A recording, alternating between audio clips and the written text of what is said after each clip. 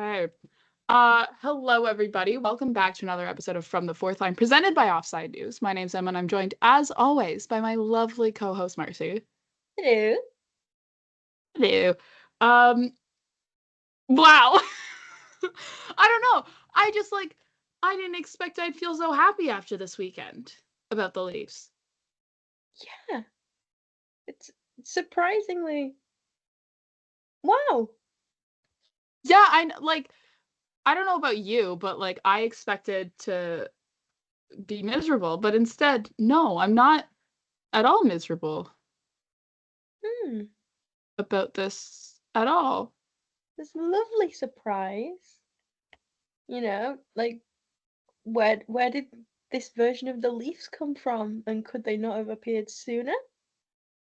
Yeah, I guess we'll start talking about the games first, and then we can delve into some things because I think I've been talking about the one thing very often that I essentially the Leafs power play. We'll talk about the Leafs power play. But yeah, so we'll talk about Friday's game because the Leafs played two games over the weekend. They played Friday night and Saturday night. So Friday they played against Detroit. It was the Hockey Hall of Fame game, which happens every year around the time of the Hockey Hall of Fame induction ceremony that happened. That's today actually. And it is just a game to celebrate the incoming class of the Hockey Hall of Fame. They do a big ceremonial puck drop. They have like the board of directors of the hall out, and there's a whole ceremony and everything. And it's a very much a Toronto Maple Leafs experience Mm. because for those who don't know, the Hockey Hall of Fame is in Toronto. If you're ever in Toronto and you have the time to go to the Hockey Hall of Fame, I recommend it. I believe Mike Babcock's fedora is still in the Hockey Hall of Fame. It's hilarious. It's so funny and so not in the way of like, oh, it's like Mike Babcock, but Mike Babcock, that is the only like Mike Babcock related item in there, I believe. And it is his fedora from like an outdoor game that he wore when he was with the Ducks or the Red Wings or something. It's a fedora that was on his head at some point for an outdoor game, and I can't remember which one it is for the life of me. And I have a picture of it in my phone because I was like, I cannot believe that they have a Mike Babcock fedora in here. Of all coaches who have ever coached an outdoor game and have worn a fedora for like the vibes, they go. And it's the only Mike The Babcock glory thing in the hall. survive. It's the only Mike Babcock thing in the hall as well, which is really funny. It's like right Absolutely next to hilarious. like some like OV skates or something too. But yeah, so Stollards took the start against Cam Talbot. Still also as well, no Austin Matthews. He was placed retroactively on IR that day, like that was when the news came out. But Mm. it was retroactive to November 3rd, which was yesterday, like a week yesterday. So it was on Sunday. So he is now eligible to be taken off of IR and Mm. he can play Tuesday. We will get into Really? that a little bit later. I don't think it's going to happen, but um, but it is eligible for him to play on Tuesday against Ottawa. Dewar was called up from his LTIR conditional loan, meaning he only played one game in the AHL and not two like Yanni Hankapää got. But he did not play this weekend. Spoiler alert. But we will talk about Dewar a little bit later. He was healthy scratched, but he did take warm-ups, which I think is like the cruelest thing you can possibly do to a guy Mm. because you're forcing them to get like into full gear, having him Yeah. get into full Oh, gear. Like, so change out of his suit, get into his like warm-up clothes, put his full gear on, take warm-ups for 25, 30 minutes, and then not then play the game, then have to get out of his been get exiled off from the full ice. gear and put his suit back on and then go up and sit in the press box. Cruel. Isn't that just Also, like that's like the most insane thing in the entire mm. world Yeah, because like to I make remember a guy getting a do? text from you. I was like, Like, oh, he's gonna taking do his warm-ups. season debut. Never mind. He took warmies but didn't play. Yeah, because he took warm because you get all the tweets from from like the beat reporters and they're like Connor Dewar out for warm-ups and you're like holy crap, it's Connor Dewar out for warm-ups. And then they post the line rushes like 5-10 minutes later and then he's not playing. It's crushing. It's really crushing. I got so excited. I was like, oh, Connor Dewar season debut. Hopefully we may see him on Tuesday. We'll get to that. But yeah.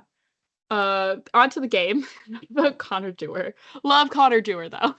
Love Connor Dewar. Yeah, Nick Robertson had a goal that he scored that then got called back because for goalie interference from Bobby McMahon on the pass he made contact with Cam Talbot, which I know a lot of this then started a discussion about what is goalie interference, and I'd argue that was goalie interference. Like, I'm not, if you watch the replay, I know some people are like, oh, but like, what is goalie interference? That actually, honestly, now it wasn't a textbook pass from Bobby McMahon. The pass was insane. But it was goalie interference because he made the contact that he made with Cam Talbot interfered with Talbot's ability to make the save, and that is like the definition of goalie interference. It's textbook. I mean, if you look into the rules, like go read the NHL rulebook or even the CBA. But goalie interference is not in the CBA, but like the CBA is fun to read through. The other day I was reading through like everything that like the home team has to provide for the visiting team, and there's like a whole list that's listed out, like of all the like like workout equipment and like training equipment for like the medical trainers and stuff like that. Yeah. It's like it specifies down to like the weight of like the medicine balls and stuff. Oh yeah, also a soccer ball. Home team has to provide the visiting team with a soccer ball. They don't travel with a soccer ball. In case you were ever wondering. No emotional support team football. But yeah, so it was but in the rulebook there's various examples. That was kind of textbook interference, but it didn't really matter because on the power play, Mitch Marner scores, putting the Leafs up 1-0 nice and early. It was a flurry in front of the net. Look, the goal came off the rush, which you are allowed to score on the power play off the rush. And the Leafs did it. Yes, they did. And I'm very glad that they did. Because it proves that, like, I think we'll probably save this for after we talk through these two games about like Austin Matthews not being on the power play, because I know I said some things last episode, but I also was very cautious about saying some things because we'd only had one game of like to work with in terms of example. Like, I'm trying to think of the word here and I'm blanking. But like we only had one game to work with as like as not a example. A sample. A sample, yes. We had a very small sample size. Thank you. That's why there's two of us. But we had a very small sample size of like what the Leafs could do with like how the Leafs would play without Austin Matthews.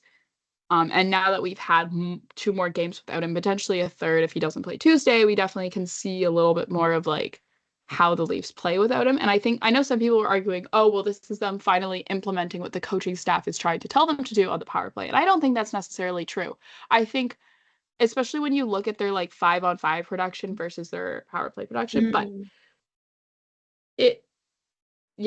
penalty, the reason why the Leafs are even on the power play is because Nick Robertson leads the Leafs in drawn penalties. And even though he may have 0 goals this season so far still, or he has 1, I think, he has very few goals. He's still able to contribute to the game in a way. Leads the Leafs in drawn penalties, which is still important. Like, the coaches track that. That's still a big thing. If you can manage to play in a way that puts your team at an advantage, even if that is just like drawing penalties so that your team then goes on the power play, as much as that didn't used to be an advantage for the Leafs, now it is. It's still a good thing, and it still keeps you in the lineup. And Berube has still been very complimentary of Nick Robertson as well, and I think unlucky sometimes the pucks just don't bounce your way. Yeah. I think also as well as like we've been seeing so many more chances for the Leafs that have been coming from just like driving the net, which has been my biggest. What happens when they listen to the hit podcast From the Fourth Line? Yeah, they're absolutely. That's Presented by exactly Outside what's News. happening. But yeah, there was. I also have written down here. I was actually like taking notes while I was watching this game, which I sometimes don't do. So I was able to put in a little bit more details into this one. Like there was that one where Marner almost got a goal, like batting the puck out of thin air, but then it went off the post. Because we can't have nice things. Yeah. And then I also want to highlight a Bobby McMahon penalty for interference, because this one drew a little bit of confusion at first, but you cannot push any stick but your own goalie stick towards them. Like unless it's like you can't, even if you're passing like a skater's stick and it's like a guy on your own team and you're kicking it towards them, you can't pass it. And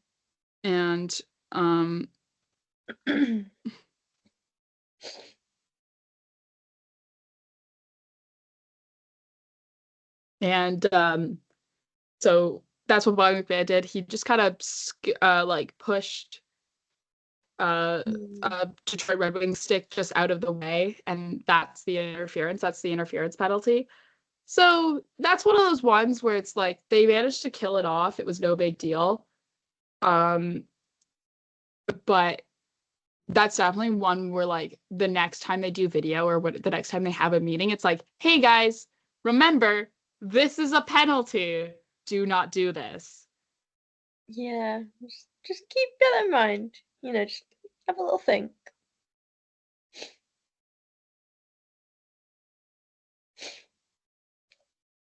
Sorry, I'm still sniffling because I'm ill again. Again? Yeah, I was Wow. getting better, and then it's just hit me.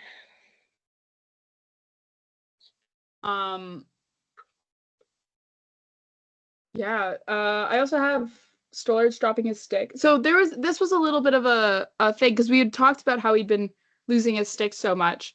So on the broadcast, it was mentioned that he is dropping his stick a bunch, and the Storage also has said that the reason why he drops his stick so often is not because like he just drops his stick and it's on accident. He will do it on purpose if it allows him to make a save. Yeah. Like if his stick is going to like slow him down in making a save, he's going to drop it, which explains some things. And definitely it was this game he had a couple where that happened. Dylan Larkin, power play goal on a John Tavares hooking call. That goal, like, hats off to Dylan Larkin for this one. This one though is like defense. There was like three guys, all like three leaves all around Dylan Larkin, and the pass still managed to get to him. And that's where I was like, what are we doing? I was like, what is going on? What are we doing?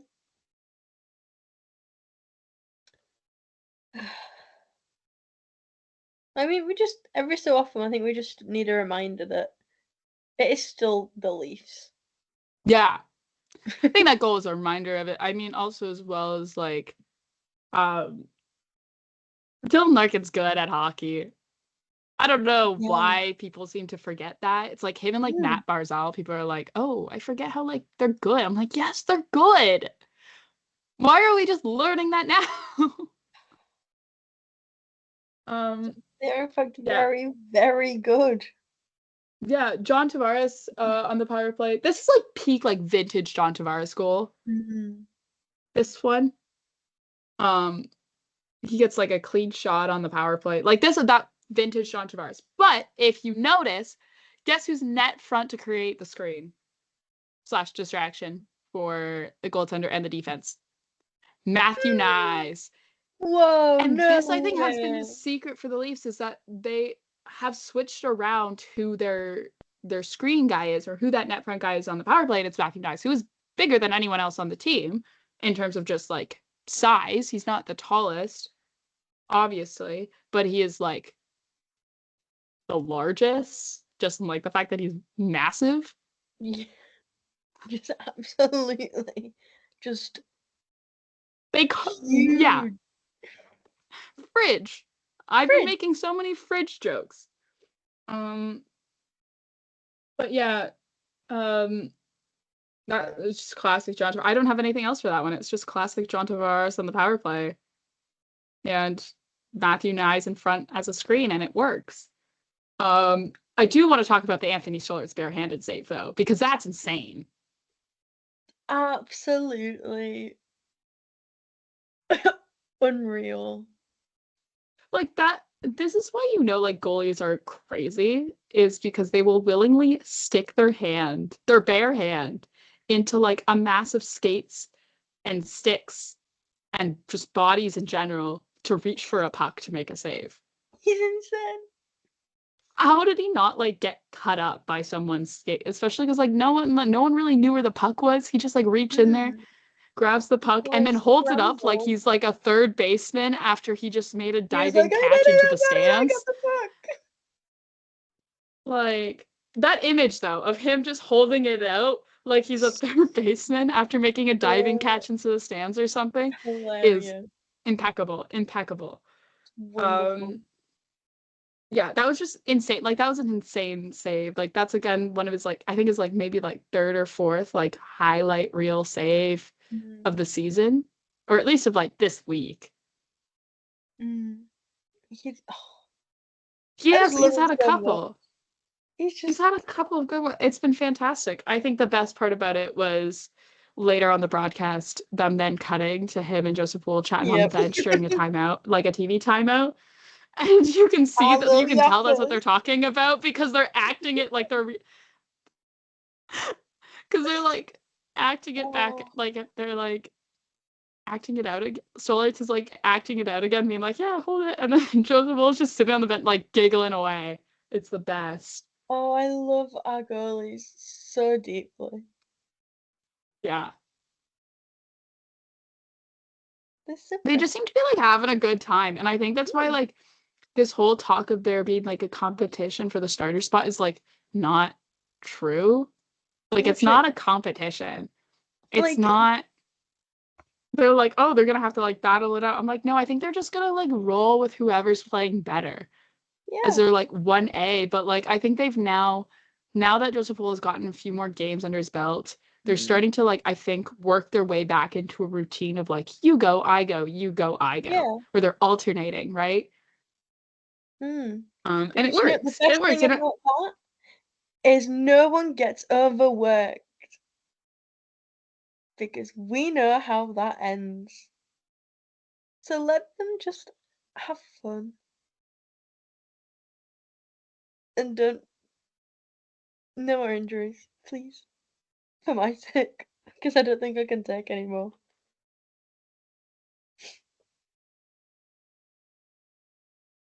Yeah. But I love just seeing how just giggly they are with each other. We're just like, you guys you can tell they get along, right? You can tell they get along, which is nice. I think also as well that like reduces the amount of like tension. Like I don't because there always is competition. That's just the nature of like a goalie position where you have two guys who could both be your starter. But it makes it healthier. Yeah. Because like it's healthier when you know those guys get along. Yeah, it's like there's no, oh, you're better than me at the moment. Like, I don't like you. It's, oh, like he's playing better than me at the moment. Sucks for me, but like, slay. Like, there's no bitchiness with it. Yeah, absolutely. Which is a big bonus.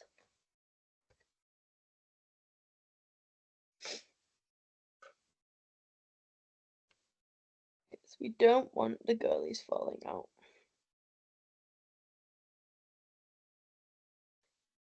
Yeah. Be bad.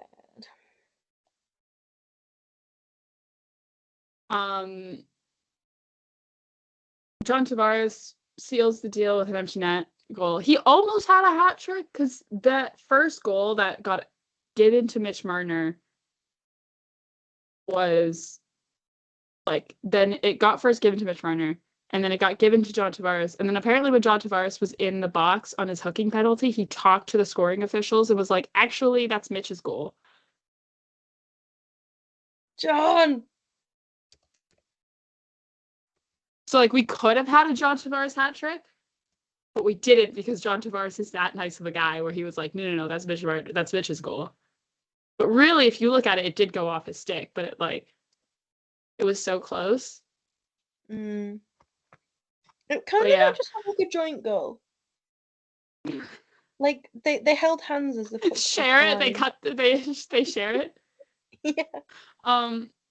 Yeah. So I also wanted to highlight because even though they didn't end up on the score sheet, there was a lot of chances generated by the third line of Robertson, Holmberg, McMahon, and that line. Like, as much as they haven't really been scoring, they have been more than just like a shutdown line. Because especially like, so a couple of those guys aren't exactly the most like defensive. It's not the most defensively minded line that the Leafs have. So they're not necessarily your stereotypical third line identity of being a shutdown line. There's a little bit more depth to them. They play a little bit more of a two-way game. And I think it works. And I know that they have been getting scoring chances. They've looked great. And I think the puck just sometimes doesn't bounce your way, which I think people need to realize about a sport that is played with a rubber disc on a sheet of ice. It's sometimes not going to bounce the way you want it to bounce. No. Because rubber bounces. Whoa, no way.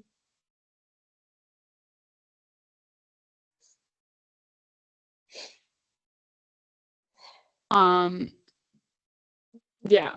So, but I do want to give them their flowers though, because they have been playing great so far. Like, in a way where I think if you looked at the underlying numbers that they've been having, it's been much more, and even just if you watch them, it's been much better than what the score sheet and the box score at the end of the night, I probably should say, shows. Moving on to the very next night, Hockey Night in Canada. It was a crazy Hockey Night in Canada slate. We talked about this last week, but it was Toronto versus Montreal in Toronto. This was, again, another special night. It's another special game for the Leafs because it was their Remembrance Day game, which, for those who don't know the history of the Toronto Maple Leafs, they have a huge tie with the Canadian Armed Forces, not just in having players and coaches and ownership be enlisted with the Canadian Armed Forces, but also just in the way of the fact of where the name the Toronto Maple Leafs and that name comes from. So yeah, it works into the history of the team, and they've always done a job. And again, it's a very not a very like Toronto specific. A lot of teams across multiple leagues of hockey, but there is always a lot of importance placed on this game. So there was a ceremony before the game as well. But yeah, Joseph Woll gets the start versus Montembeault. Still no Matthews in the lineup, obviously. Or the lines stayed the same. I want to highlight it. Matthew Knies is learning how big and heavy he is in real time, and it's very entertaining to watch. That hit on Matheson, where Matheson just like kind of like bounces off of him. It was just his little, oh, I did that. Because it wasn't even like a hit that he threw. It was just that Matheson tried to hit him and it didn't work. He just bounced off.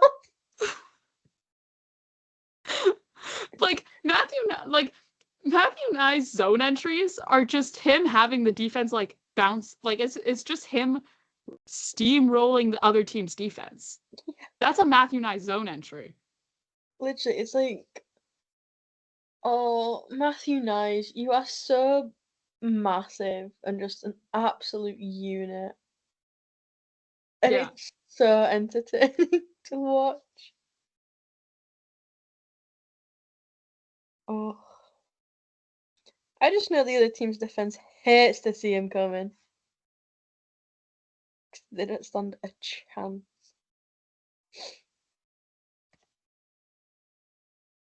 Yeah.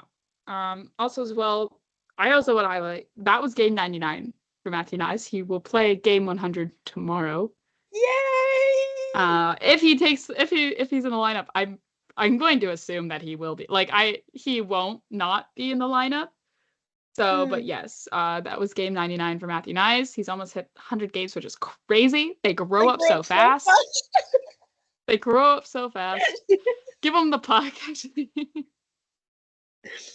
Oh. No, because I remember his first game like it was yesterday. Yeah. Loses in Frozen 4 and immediately. Oh. Yeah. All right. I have to do it. Connor Timmins opens the scoring off of a Reeves and Simo Benoit assist. It's the Leafs' first 5-on-5 goal since they were in St. Louis. I think that is probably the only fitting way for the Leafs to score their first 5-on-5 goal in how many games? 3, 4? Yeah.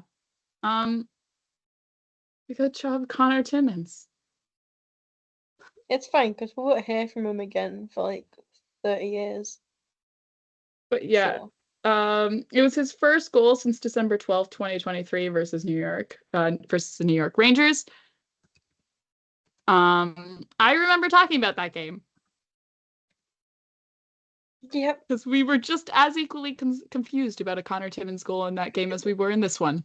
There will never not be a Connor Timmins goal that we're not just like wildly confused about. Because like I do know that he is an offensive defenseman, but also as well is like that's still like crazy. Like what business does he have scoring a goal? Like what? Yeah. There's nothing leafier than it being Connor Timmins. Like nothing, even the assists as well. It's like you're like, yep, no, that is what's gonna happen. I mean, it is great production from that fourth line and bottom pair. But yeah. And at the end of the first period, Max Pacioretty goes down hurt. He was holding the back of the leg, so perhaps his hamstring. We do have an update on that. He did require help off the ice, and also as well down the tunnel, and did not return for the rest of the game, which is unfortunate, especially for the Leafs to be missing 2 top 6 forwards and not have Calle Jarnkrok, which we do have an update on him as well. That's not too promising. So it's looking a little thin up top for the Leafs. But yes, William Nylander, coast to coast goal on the power play. Oh, William. That was what you call a 200-foot game. Truly. That is yeah. Morgan Riley on that goal got his 400th assist. Morgan! Making him the third Leaf to hit 400 assists with the Toronto Maple Leafs, joining the ranks of, I believe it's Borje Salming and Thomas Kaberle, which one of those names is like. Sorry, I just forget how long Thomas Kaberle was here that he could do that.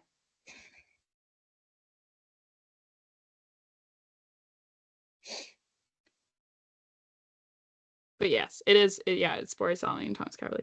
I always forget like how long he was here for, where you're like, oh, he did things. Yeah. I just forgot how long he was a Leaf. He was a Leaf for a long time. Because he was drafted by the Leafs, yes, but I do remember that he was he then was traded to the Bruins and then immediately won a Stanley Cup with them that same season. Guess there's nothing leafier. Yeah.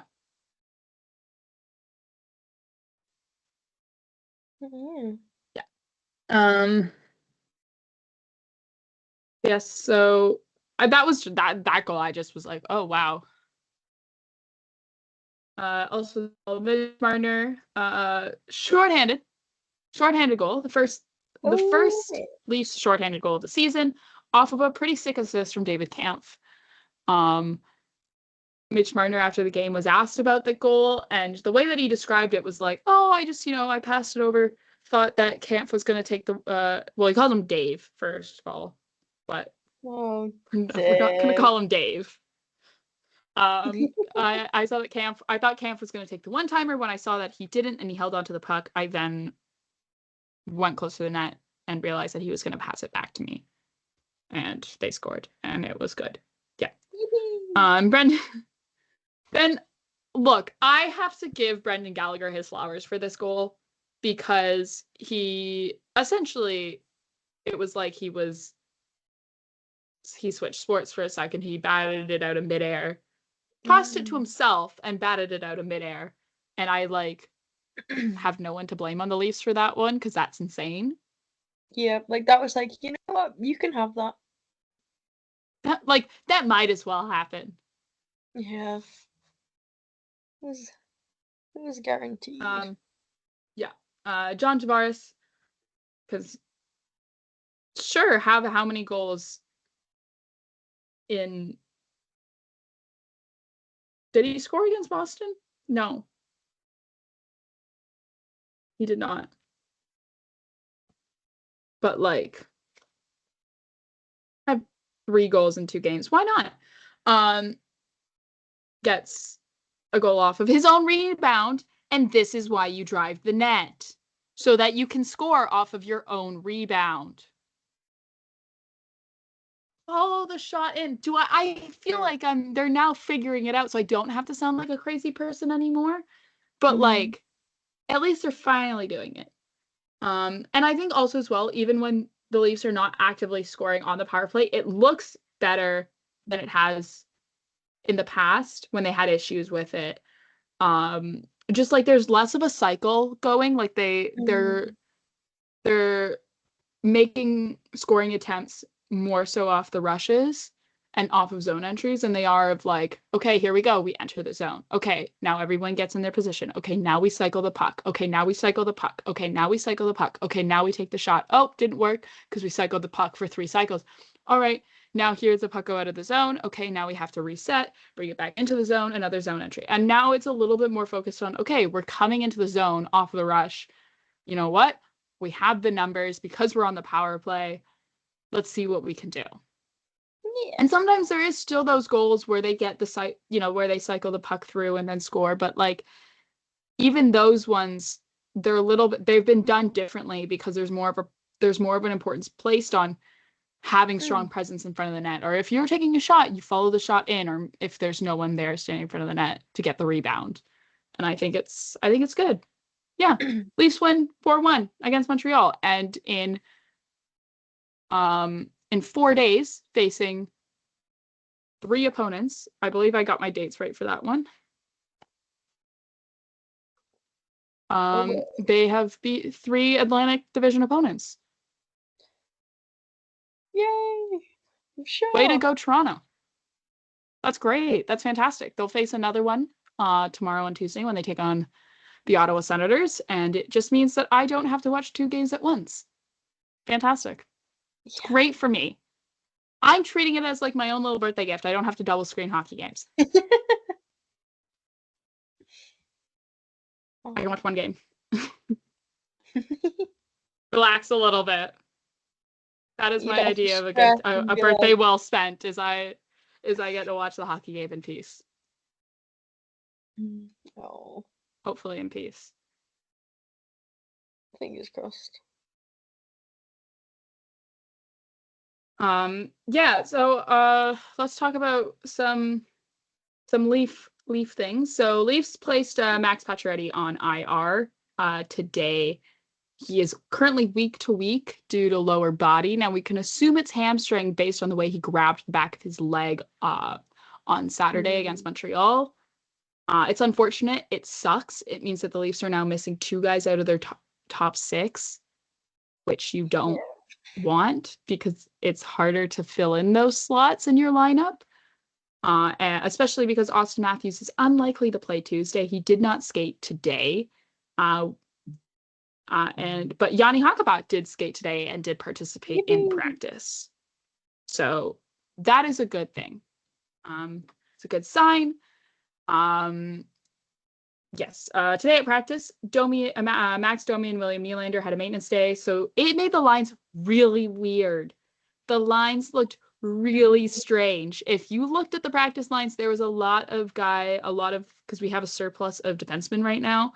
There was a lot of those guys filling in the spots for at least for Domi and Nylander. Unsure if I doubt this top line will stay the same, but the top line, because Domi's spot was filled in like as if he was playing on the second or third line.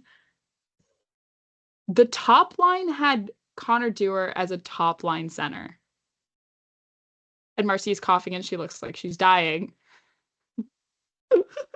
So I'm just going to continue to talk about how Connor Dewar is now a top line center. Connor Dewar in the NHL has never been a top line center ever in his career because he is neither a top line player, no offense, Connor Dewar, but that's why we love you, nor has he ever been a center. So it was really weird. It to the point where, like, when I first looked at those lines, I was like, wait a minute, where's Connor Dewar? Why isn't he at practice? And then I realized, oh, it's because he's in he's top line. I didn't see him in the lineup. I was like, sure. So if Austin Matthews is unlikely to play Tuesday, probably Max Domi will slot back up into his spot as top line center. Once the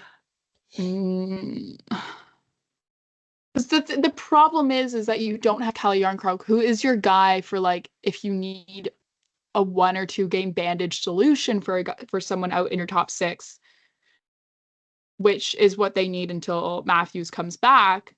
That's the guy you slot in the missing spot, right? But they don't have him. I can't. It was either Berube or it was Treliving. Both spoke today, which is surprising. Said that oh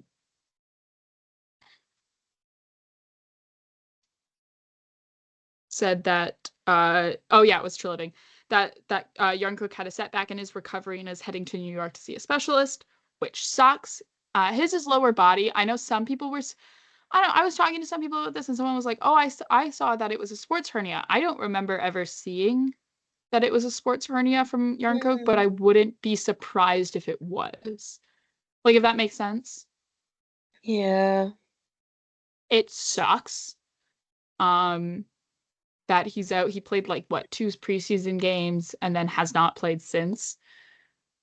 And it sucks because you really do want him to be in the lineup, and he can be a very useful part of your lineup for situations like this where, you have now Max Pacioretty out fairly long term. And Austin Matthews is still day to day, and so that you are really, your lineups are looking a little bit wonky. I'm looking at it now and I'm like trying to think, okay, so Domi is like, if you aren't leaving Connor Dewar up on the top line, which like if that's what they end up doing, and this will all loop back to like the conversation I want to have about the Leafs and like 5-on-5 scoring with that top line with Max Domi up there. But like if Connor Dewar gets a point on the top line before Max Domi does, it's hilarious. I will giggle. Yeah. Yeah, I will laugh. But so the lines, to read them out, because it was Knies, Martiner, McMahon, Tavares, Benning in a slot as a placeholder for, I'm assuming, Domi or Nylander, one of the two. I just can't see. Right? By the way, spoiler, Matt Benning has been placed on waivers today. So who knows if he'll even be a Leaf by tomorrow still. I know the Leafs were trying to look for a trade for him and not have to force to place him on waivers, but it is what it is. They do have to place him on waivers in order to call back both Hakanpää and Dewar. Yeah. Especially if Matthews is close to coming back. They don't have the roster space. Yeah, Robertson and Holmberg, Myers. So that probably is what Robertson, Holmberg. Again, Nylander or Domi, you can kind of flop either one of them, right? Like, I'm trying to think of if you go McMahon, Tavares, Domi? Yeah. Robertson, Holmberg, Nylander. It just feels that would be better because if you put Robertson, Holmberg, Domi, we have the problem of that we've run into line in the past where no one's really driving that line. I think we've talked about that before. Yeah. Right? And then the bottom lines, that fourth line stays the same of Lorentz, Camp, Reeves. And then defensive pairings do not change. But I'm just like trying to look at this and like I'm thinking, okay, so because Dewar, you can like him and Lorentz kind of not fulfill the same role because they can play on different sides. So they're not like it's the same player twice. I think some people are going to assume that's what I'm going to say, but like either of them can play up on that third line. But like probably want to put Dewar there because he can play on the right. Whereas I don't think we've ever seen Lorentz play on the right side. But like Robertson can also play. This is why I'm like trying not to read too much into this because this is like their practice lines. But like this still very much is, besides Domi and Nylander, this is the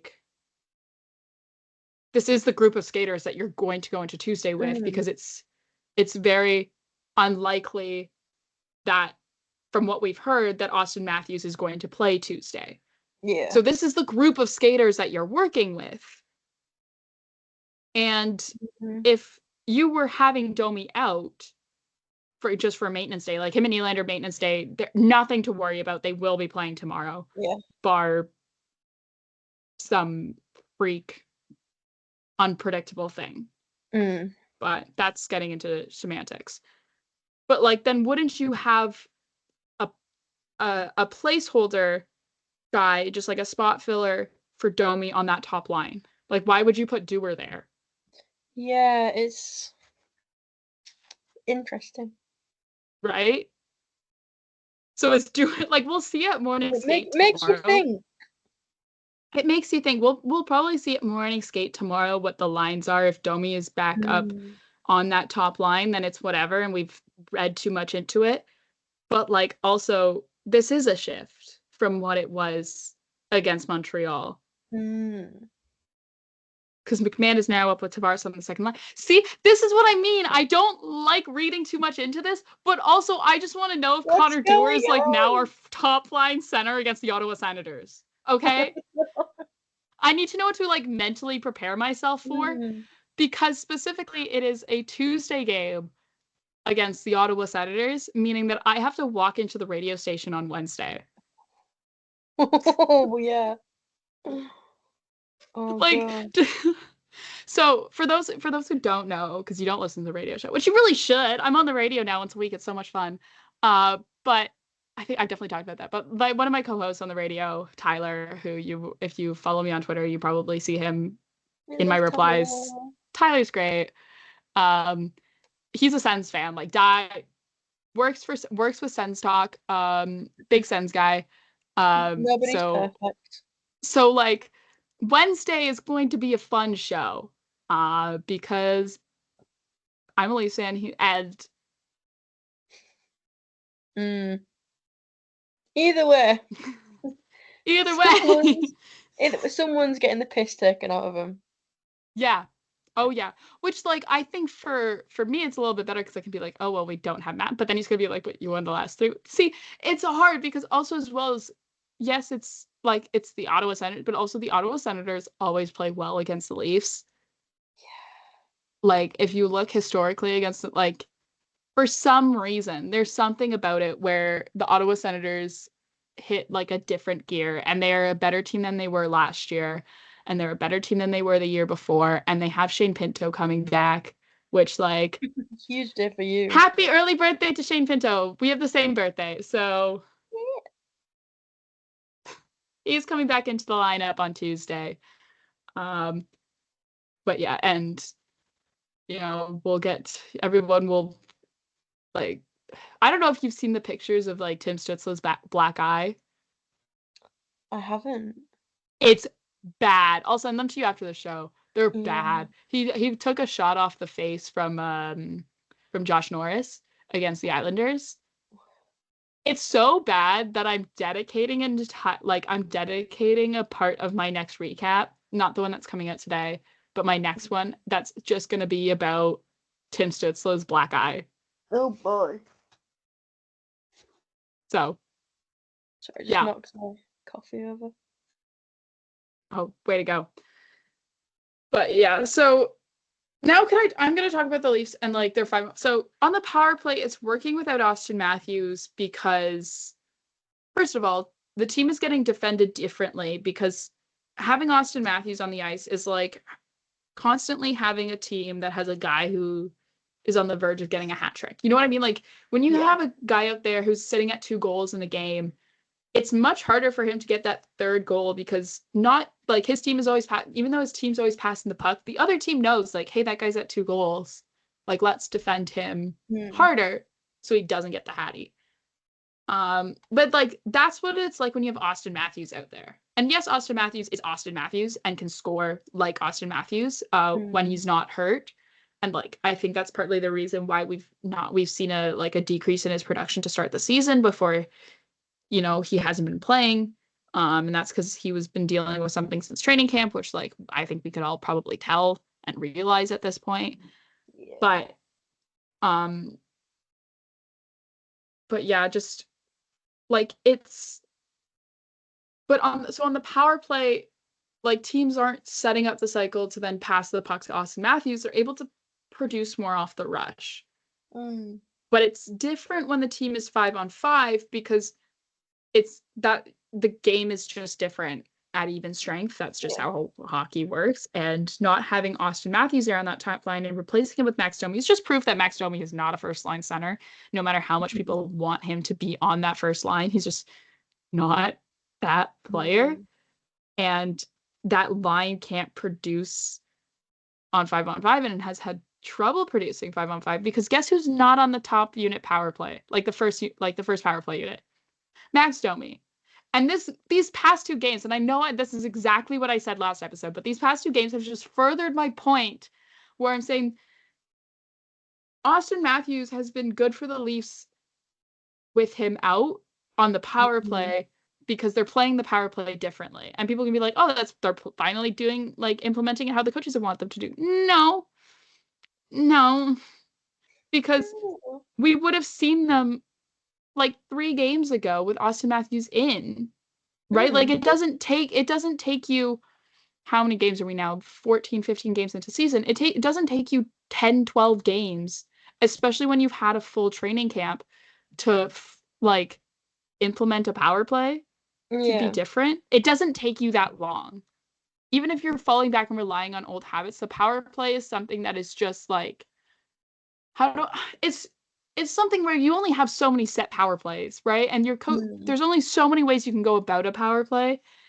And so it does not take you 10 games to be like, hey, maybe we should score off the rush on the power play more often. Maybe we should finally like stand in front of the net. No, it's because when you take Auston out of the power play, you have to readjust everyone else's positioning and you have to shift who plays what role in your power play around a little bit more. And by doing that, they had cycled Matthew Nyes into that net front position, and that's when it starts to click. It's like that's when you're going to get that screen and that coverage up front in front of the net to either make deflections, which he's done, or to just be there, be big and annoying, and be a screen for goalies, which he's done, to distract defensemen because he's big and annoying and stands in front of the net, so that players can his teammates can get shots off, which he's done. But also as well is like that they're scoring off the rush because they can't then cycle the puck and pass it to Auston Matthews, who has a wicked shot. They have to figure out other creative ways to rely on scoring on the power play.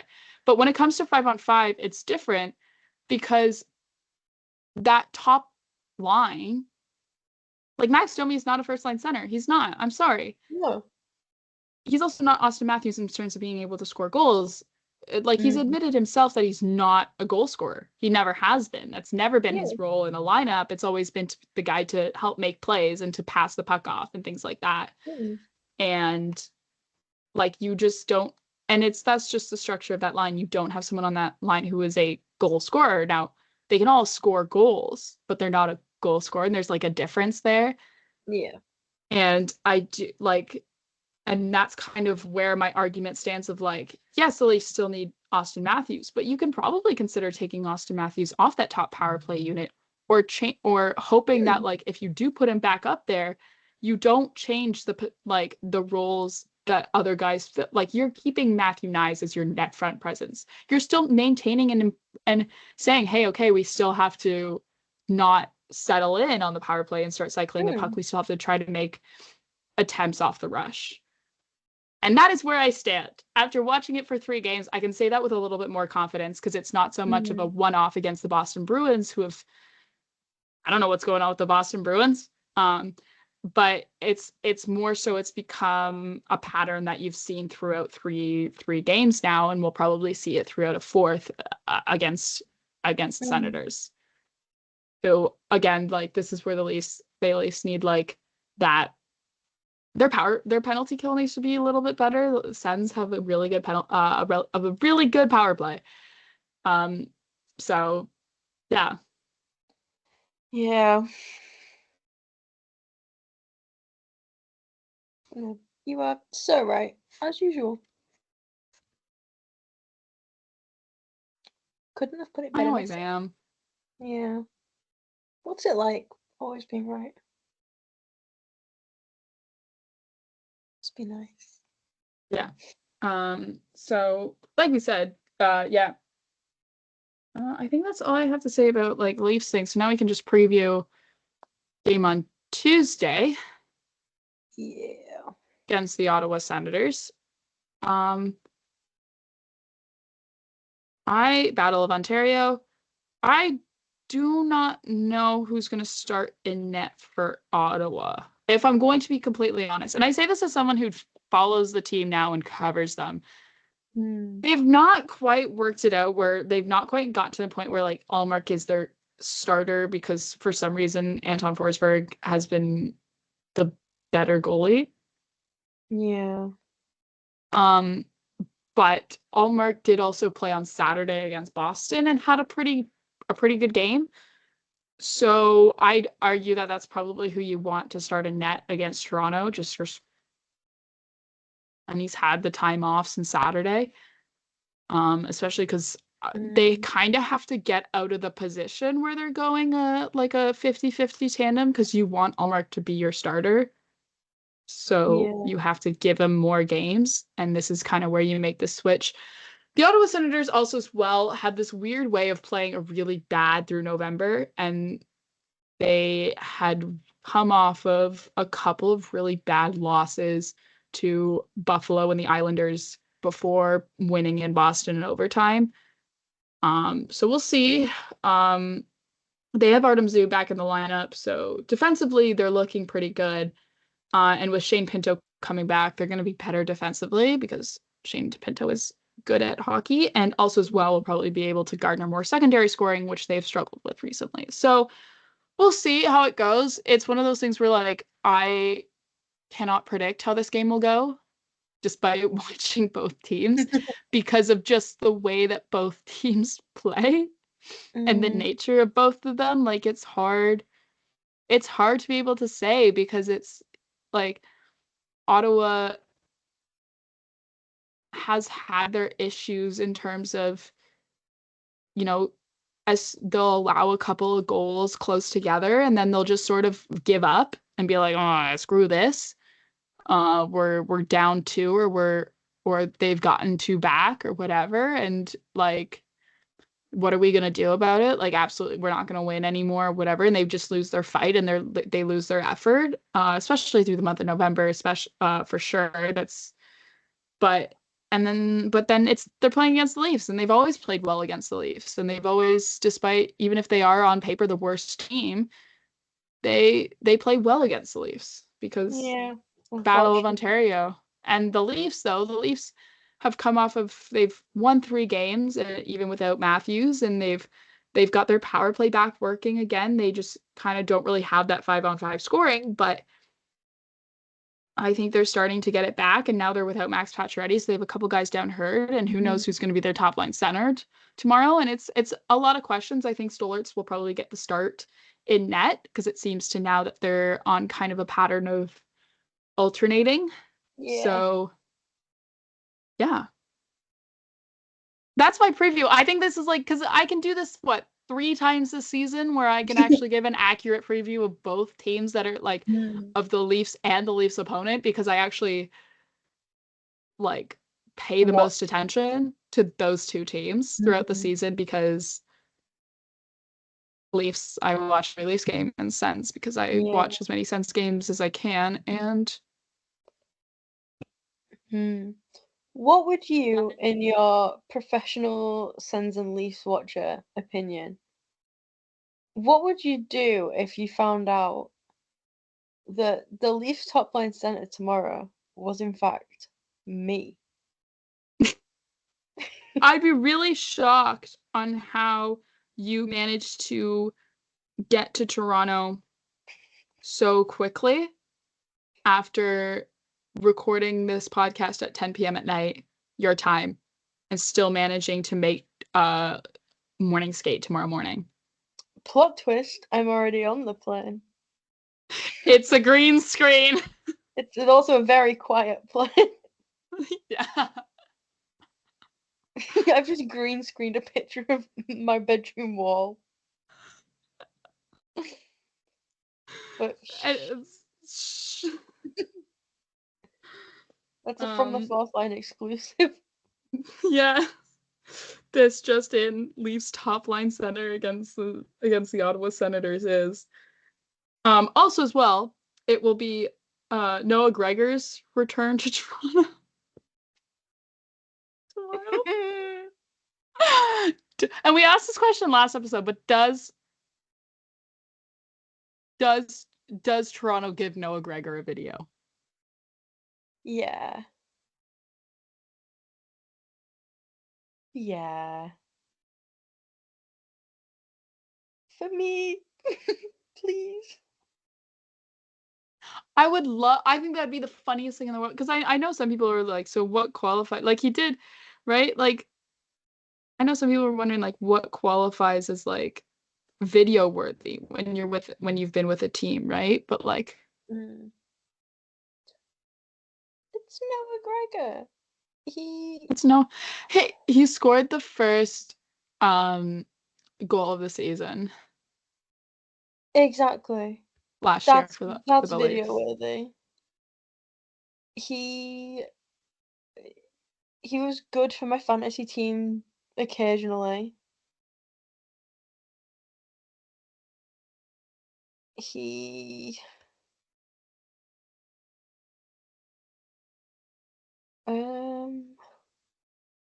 What have he done this video?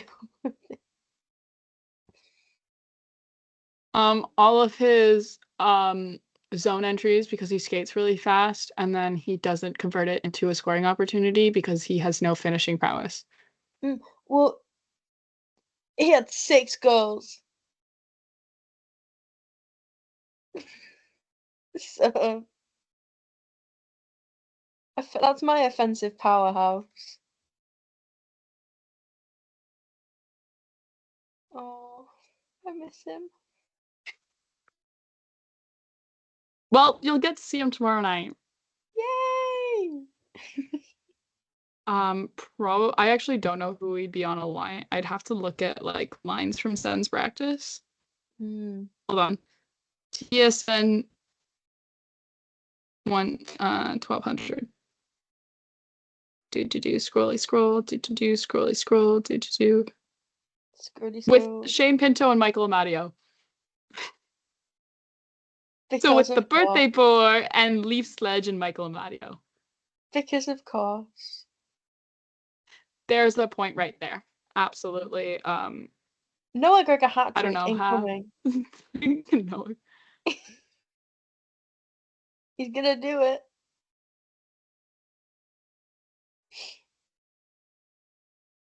Oh, bless. Yeah, I guess, well, we have some time, because we've just hit the hour mark, but we can go through a couple of other things around the league. Jamie Drysdale is once again on IR with an upper body injury. Sucks. When will he has suffered so greatly? Poor guy. Yeah. Oh, dearie me. It sucks because, like, I don't think he was developed really well No, in he Anaheim, was and so developed now it's up, awfully. and now it's time for like the Flyers to do that, but now he just like hasn't been able to stay healthy, No. which sucks because you like want him to, and it just sucks to see him hurt again because you want him to be able to play well.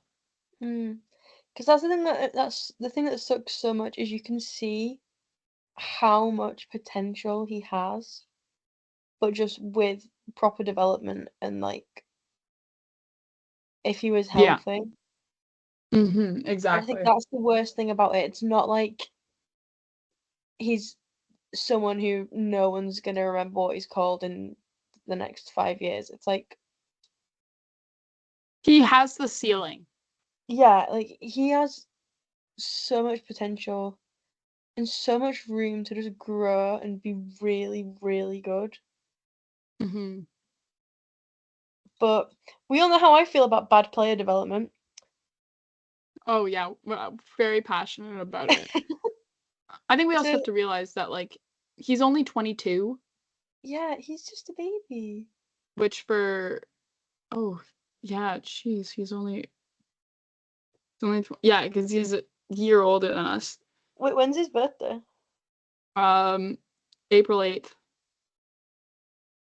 Oh, see, that's the thing that I hate so much about realizing how close I am in age to some NHL players, where it's like, where did I go wrong? It's Hey, like, at least you probably weren't at the same like cross country meets as some of them. yeah, you know what? At least, I'm almost scary. I don't want to like guarantee, but like I'm like 99% sure that I was at the same like middle school cross country meets as Wyatt Johnson. oh my God, that's horrifying. Yeah. Yeah. Oh, yeah, at least I'm safe. Yeah. At least like you're like, oh, Wyatt Johnson went to the same high school as a friend of mine. And we're all the same age. Mm. The Horrifying joys of thought. being from Toronto is that you're like you're like never more like I wouldn't even say 6 degrees. It's like 3 degrees separated from an NHL player Mm. at all times through They're all everywhere. forms of different connections. Yeah. Yeah. There's no escape, no quiet, no There's peace. no, I'm just like always reminded. There's something in my hair. No, it's not. It's Mm. just my I thought there was something in my hair, but yeah, also as well I wanted to talk about um the uh I wanted to talk about the Boston Bruins because they sent down today Matt Poitras, which I don't understand. Nope. That one confused me. It confused about everybody in the Offsides work chat today.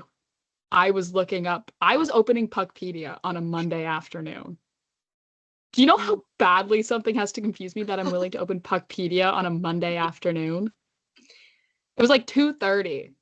Oh I my just God. finished eating lunch and I was like, wait, not even so much because I knew like Poitras is still on his ELC. It was seriously just to look at how much cap space the Boston Bruins have, and they have a lot. They have a lot of cap space. They have so much cap space that they don't need to send his less than $1 million contract down to the Providence Bruins. Mm. They also, as well, this move by sending Poitras down leaves them with 0 extra forwards. They have 0 extra forwards. and 1 extra defenseman. Because sure. Also, as well, like Twitch's like underlying numbers has him like near the top, like near the top of the Bruins this season. And also, like, he's been, according to the Boston Bruins fans in the Outside Work chat, which, like, shout out to them, because, like, I just am sitting here enjoying the downfall of the Boston Bruins because it's something I've been preying on since I was 9. But I don't.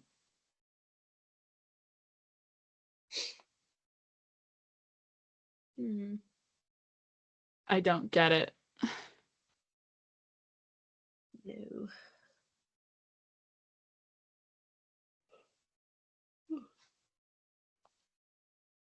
Oh dear.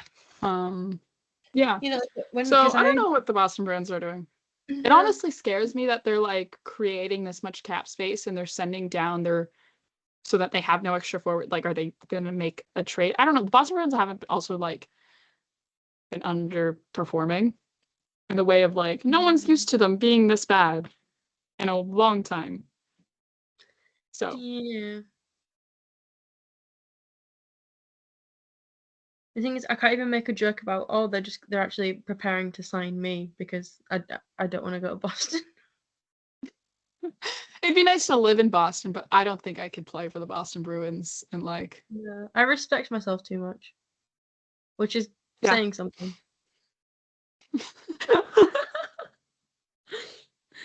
Oh man, yeah. The Leafs. They have another back-to-back upcoming, I know, because they play Tuesday. And then they play Wednesday. Oh, so we do actually have to talk about the game on Wednesday. I forgot about that. So I forgot. So we'll talk about Leafs and Caps. Caps, why are they good? Why are they 10-4? Why are the Washington Capitals 10-4? The power of Dylan Strome. Yeah, the power of Dylan Strome passing to Alexander Ovechkin. That's what that is. Oh, he's at 10 goals. In 14 games. That's crazy. It's crazy that it's been, 19, 20 years, and no one has figured out how to stop Alexander Ovechkin scoring from the hash marks on the left side on the power play. Yeah, you'd think. He's been scoring goals from the same spot his entire career. His career is 20 years long. He's also Alexander Ovechkin. Yeah. And you haven't figured out a way to stop him? Ugh.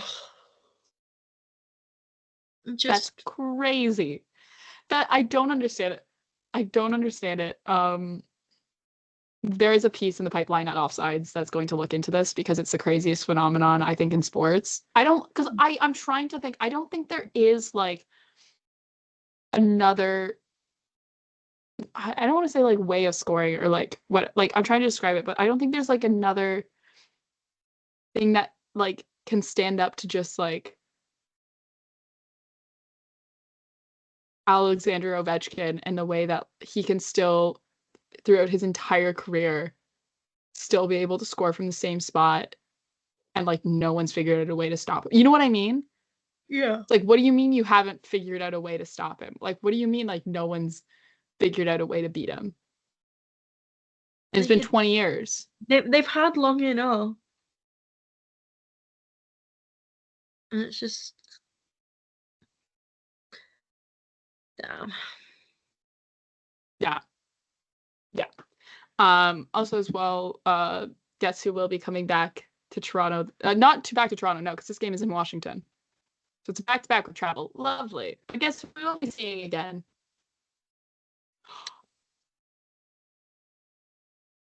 What? Oh, wait. Okay, we will be seeing Rasmus Sandin again. But I just realized something. Hold on. I gotta make sure. On your face. I just gotta, hold on. Load, come on. Load faster.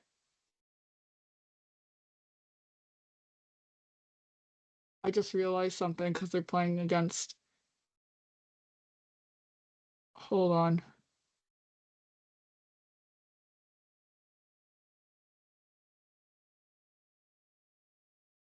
Hold on. Come on. Open.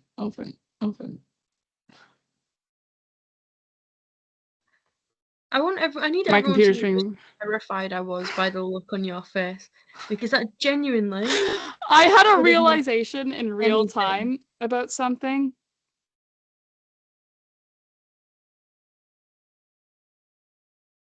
I'm Oh, horrified. yeah.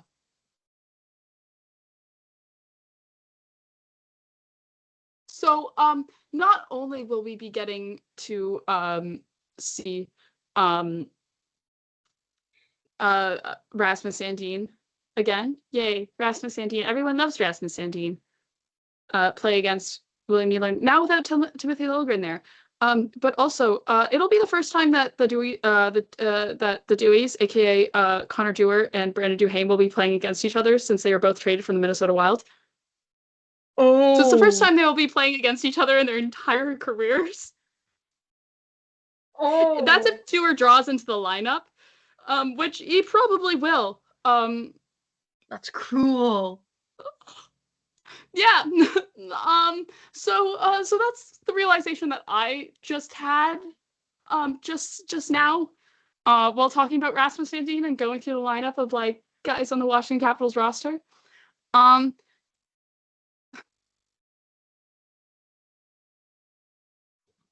cool. Um yeah, this is so fun. Are you tweeting this out now? Are you going to take away my No, discovery? I'm not. I'm actually not. I would not. I would never do that to you. I was actually replying to my mother. Oh, hi Lindsay. She says hello. So yeah, I guess yeah, I don't know even who's going to be in net for Washington. But Washington's been on a roll right now. Keep the puck away from Alexander Ovechkin. I feel like that should be their game plan. But also the rest of the team is like still good. So like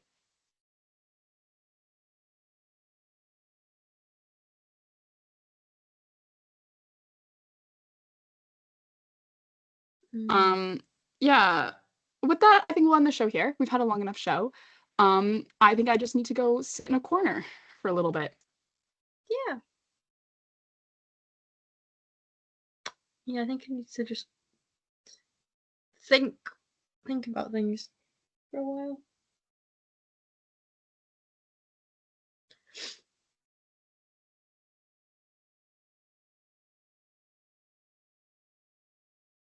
Oh dear.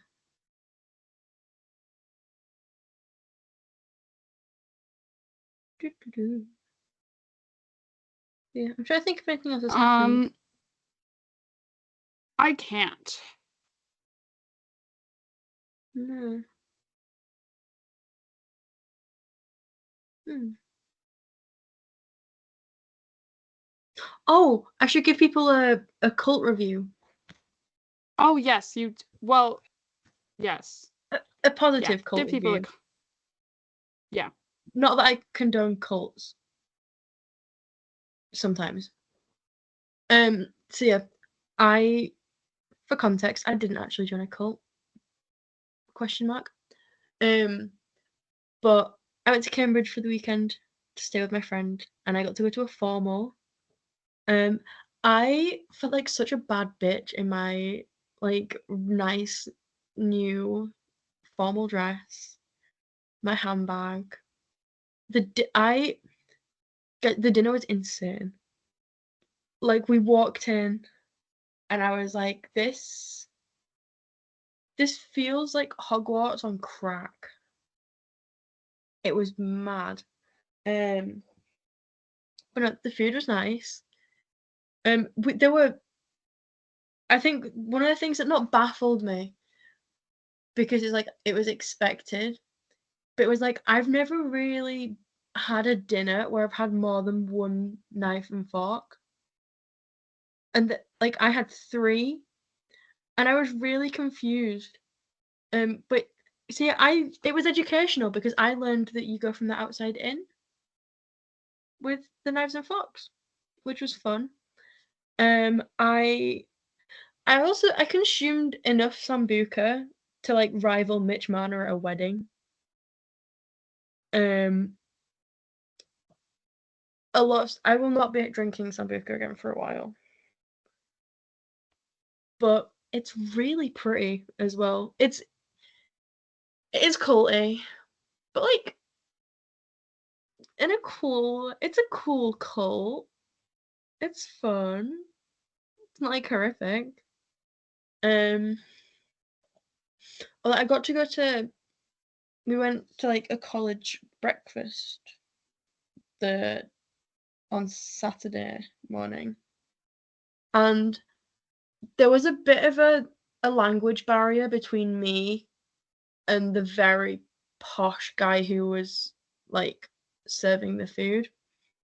Where it took 3 tries and a lot of confusion for me to actually get the 2 fried tomatoes that I wanted. And I then got hit with a, where's the accent from? Yorkshire? Yeah, and I was like, oh, the north. And he was like, oh. That was a very humbling experience because I was violently hungover, did not feel well at all.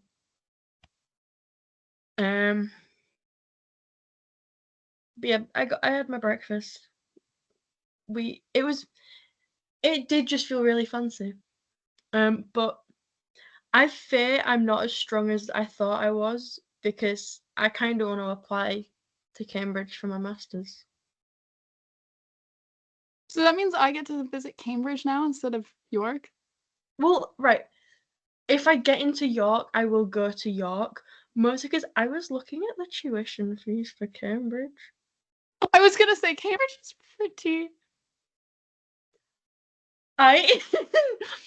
Oh boy, she's pricey. It hurt. But like I think I'm gonna apply. I would like to apply. Half because it'd be really cool to go to Cambridge. Because they have an option for me to specialize in the area that I want to specialize in. And also just because I want to see if I'd get in. Because I got halfway through the application process for my degree to Cambridge and then decided that I couldn't be bothered and I didn't want to be in the south. So I never actually finished applying. But it's one of those things, it's like I would quite like to just know if I could get in. So I might apply because I need options in case York doesn't work out. But yeah, even so, you'll get to see York, which is really, really, really pretty and a gorgeous city. Yay! And I will get to have seen York and Fort York, which is Toronto. Toronto used to be called Fort York. Look at his girl. Our whole thing is that we just steal names of cities from Europe. That's our whole shtick. That's our whole shtick. You love it. My favorite thing is when I was over visiting you, is I would just you'd be talking about this and oh, we have one of those. It's like, oh, we have one. We have one. Like, I know where that is, but in Canada. I think we'll end the show off here. So glad you had fun joining a cult. I did not join a cult this weekend. I watched a lot of hockey and also had dinner with my boyfriend's family. It was nice. It was lovely. It was a 4-course meal. I had so much food. They had mashed potatoes there with gravy. I was in my happy place.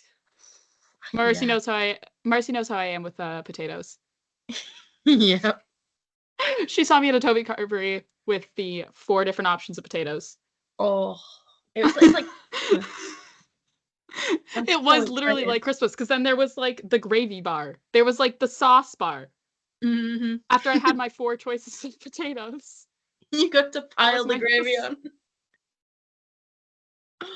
Oh, I miss Toby Carvery. I know you, because you get to go to Toby Carvery. I'm not at all jealous about it. Not one bit. Well, you came back. If you manage to, if you have to find yourself over in England, I'm not saying we'd stumble into a Toby Carvery, but stranger things have happened. Oh, Yeah, with miss that being Adam. said, I think we'll end the episode here. Leafs play tomorrow and they play Wednesday. Happy birthday to me. Indeed.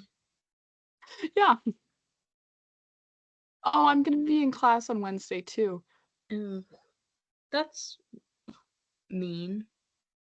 No, it just like I'll have the game pulled up on my phone and I'll watch it there. It just means that I'll have to go through the emotions of a potential Dewey reunion in public. That's fine. But with that being said, yes, thank you guys so much for listening.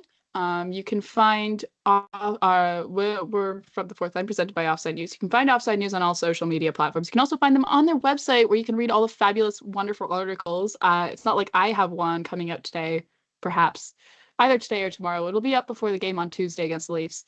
But it's not like I have stuff that's going up there on a pretty regular basis. Even if I know this is a Leafs podcast, so we have a primary audience of Leaf fans. But if you do want to know about other things that are going on with the Ottawa Senators, I write about them. Go read it. I'm very proud of them. I actually should send you something more from the one that's going to be in this week that I think you're going to hate me for. But you can find that stuff offsidenewsco.com. It's great. It's fantastic. And also as well, for the podcast, for us, you can find the show, if you never want to miss another episode, you can find the show on Twitter at From the Fourth Line. That's fourth with the number 4, TH. You can also find the show wherever you get your podcasts. We're like everywhere. It's fantastic. It's great. And if you miss us between episodes because you think we're actually just that hilarious and that funny, you can go follow us on Twitter at 60 Leafs for Marcie, at Pairby1 for myself. Thank you guys so much for listening. We'll be back Thursday to break down 2 more Leaf games as we slowly make our way through the season. Thank you for listening. Bye-bye for now. Bye. Go Leafs, go. Go Leafs, go.